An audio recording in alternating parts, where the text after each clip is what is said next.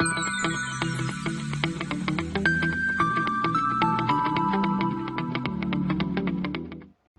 students, in our last lecture we talked about technical communication in which we discussed about public speaking and presentation strategies.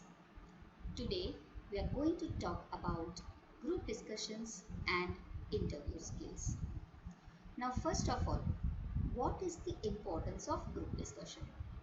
So in a group discussion, many people get together and they discuss about a particular topic. So, what is the purpose of this? When many people get together, they bring new ideas about a particular topic.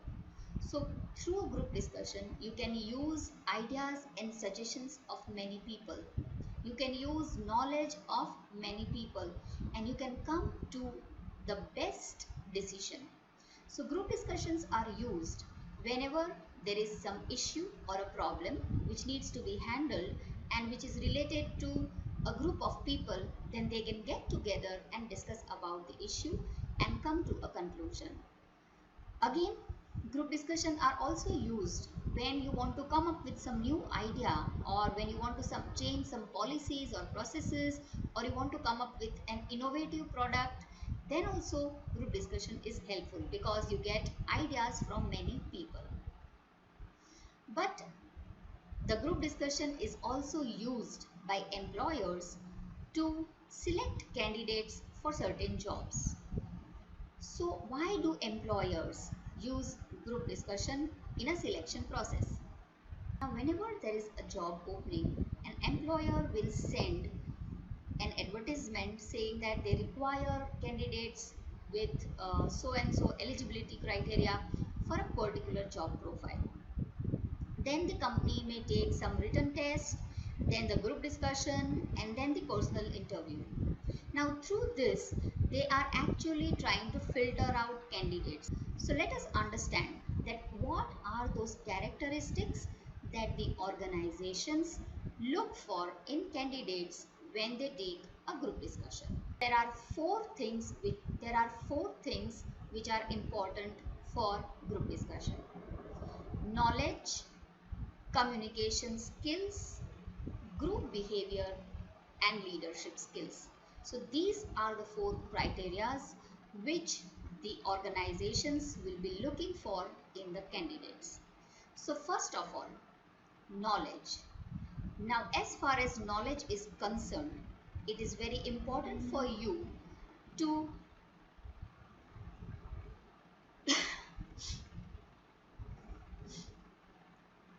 as far as knowledge is concerned, it is very important for you to strengthen your knowledge by reading a lot of things and being aware of your surroundings. Suppose if you come across a topic about which you do not have any idea, what will you do? Will you keep your mouth shut till the entire group discussion is over? Not at all. You must not do that. So what will you do? The very important thing you have to do is first you let others in the group speak. Let some 3-4 people speak about the topic. Now this will give you an idea about the topic. It will give you a general idea about the topic from which at least you can develop your own opinion or the view. So you may either agree or disagree with some people who have already spoken. By doing so, you are at least contributing to the discussion. But if you keep shut throughout the group discussion, it will show that you are not contributing. Now, the second important thing for group discussion is your communication skill. So, when we talk about communication skill in the group discussion, your verbal communication, your non-verbal communication, your listening skills, and your clarity of thoughts. All these four things are very important. Now, as far as verbal communication is concerned, it is important that our vocabulary is strong. For that, we should read and listen to a lot of things in English language so that we are able to express our thoughts easily using these words. But you must take care that you don't end up using very high sounding and difficult words. Use simple words which everyone can understand. The second point is the non-verbal communication. So we have already studied about non-verbal communication in our first chapter where we studied kinesics, and there we said that we must keep our posture straight. So similarly in group discussion, you should sit straight, not leaning, and you must make an eye contact with everyone when you are making your point. Then coming to the gestures, you should not point out anyone like this. You always should use your open hand when you have to ask someone to add to your point or you want to ask someone's opinion. Always point out with an open hand like this. Another aspect of non-verbal communication is the paralinguistic. Use of proper tone is important in group discussion. Many times people in group discussion get aggressive.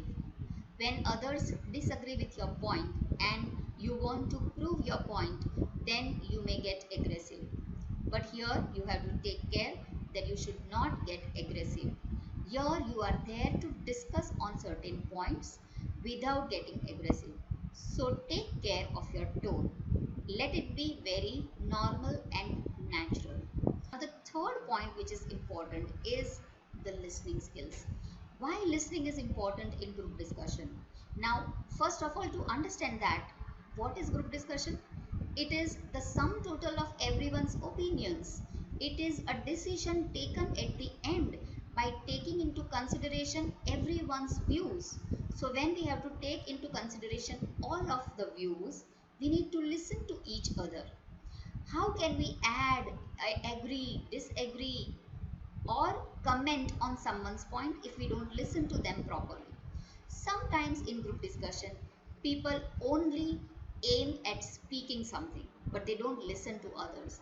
So that will not serve the purpose of the group discussion. The last point for communication skill is clarity of thoughts. Now, when in a group discussion, you should be clear about your own thoughts. You should not keep on changing your opinions or views, and you must always try to be very clear what is the objective of the topic. But this doesn't mean that you have to be rigid on your point. Now the third part is the group behavior. So the main purpose of the group discussion is to see how you behave in the team or what kind of team player you are.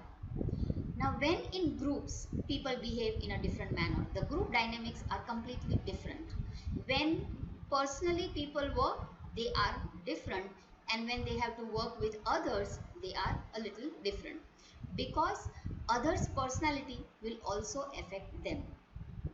So whether a person is completely dominating in the group or whether a person is very submissive or whether a person is not bothered about participating in a group, there are various behaviors in a group. So when you have to show a positive group behavior, it means that you speak politely with everyone. Whenever you speak, you should be objective and not subjective, not attacking the other person. Just to attack the other person, if you are trying to make your point, it will be shown that you are disturbing the group dynamics. You should be very empathetic and understand each and every candidate who is sitting there. You must understand their point properly and listen to them carefully. Do not get aggressive or angry if someone disagrees to you, or do not try to become very dominating on anyone. Fourth point of group discussion is leadership skills. So what does a leader do? So first of all, a leader is an initiator. A leader is also a decision maker. A leader controls. A leader is a motivator. A leader has good communication skills. And a leader has emotional stability. All these are the qualities of a leader. So how will you show your leadership skills in a group discussion? So in order to show this, first of all, initiate. Now initiate means if you are the person who starts the conversation, that means you are showing your initiation. But if you don't know anything about your topic, then do not be in a hurry to initiate the group discussion. Throughout the group discussion, you will get a lot of opportunities where you can show your other leadership skills. So that is not the end of it.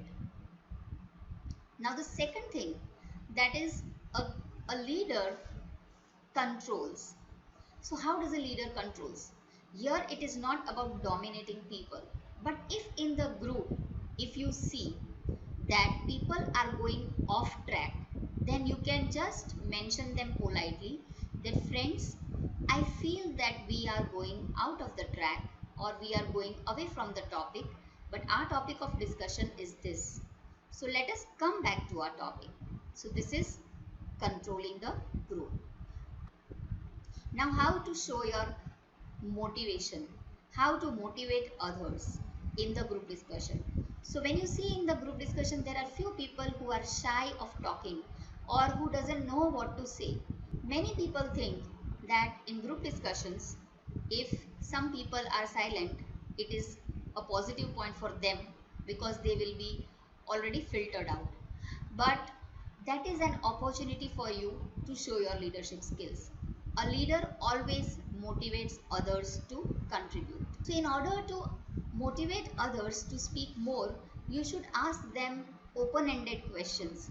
Do not ask close-ended questions like, do you agree? Because if you ask close-ended questions like, do you agree? Then they will only give answers in yes or no. And the scope of speaking more is not there. But if you ask them open-ended questions like, what do you have to say about this? Or what are your opinions? Then they will at least say a few things about the topic. So again here you are showing your leadership skills. Now finally, a leader is also a decision maker. So many times a group discussion is already over, but people don't know what to conclude, or people don't even know that who is going to conclude, because group discussion is a leaderless group. But here in the leaderless group, everyone can show their leadership qualities. So everyone will think that the others, someone from the group will conclude. So you must try to conclude the group discussion by listening to everyone's views. You can gather them and then come to one conclusion and put it in front of the group so that you can end the group discussion. If no one concludes the group discussion, then that means that there is no end to it and the decision has not been made. So without conclusion, you cannot end the group discussion. So be that one person who can conclude, wrap up the entire discussion and give the conclusion of the group discussion. So again here you are showing your leadership skills. So these are the 4 important things that you must take care when you sit in a group discussion when you have applied for a job. That is knowledge, communication skills, group behavior and leadership skills.